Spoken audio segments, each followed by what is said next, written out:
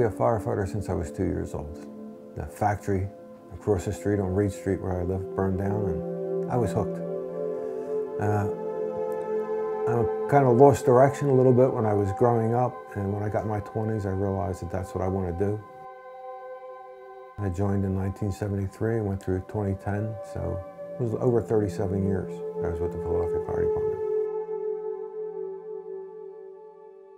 Well, the academy back then was called Fire College, but I was kind of impressed what happened, and I came in and said, let me write this down.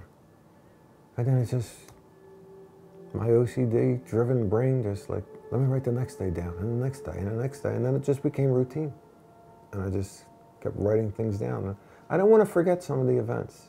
You have 37 years worth of stuff and memories, and it kind of like fit into 2 plastic tubs. And the larger portion of that was my journals.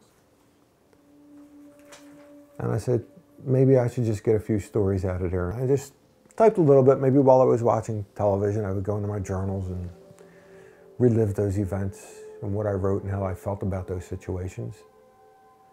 And one of my son was here, and he read some of those. He kind of like said, you should write a book. And that's kind of like how the book came about.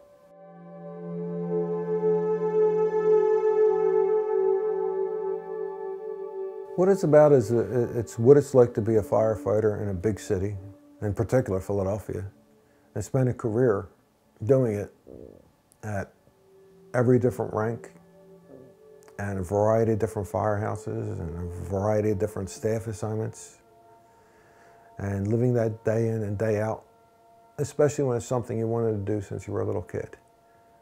The horrors, the good times, the repugnant things you see. I just wanted to have other people experience what it's like to live that sort of life.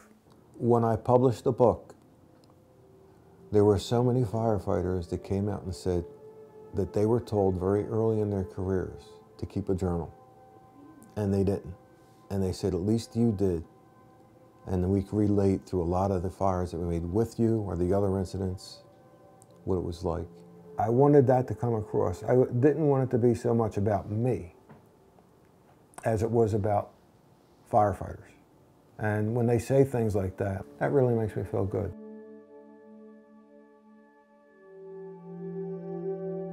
I miss it terribly. Mostly I miss the camaraderie, the good times, the banter, the jokes. I kind of like equated it to hanging on the street corners in South Philly when I was a kid, except I was getting paid to do it. Being a firefighter is often referred to as the best job in the world. It's not just a job, I mean, it's a way of life. Like an athlete, you kind of like die twice. You die when you retire from the fire department, and then you die when you die.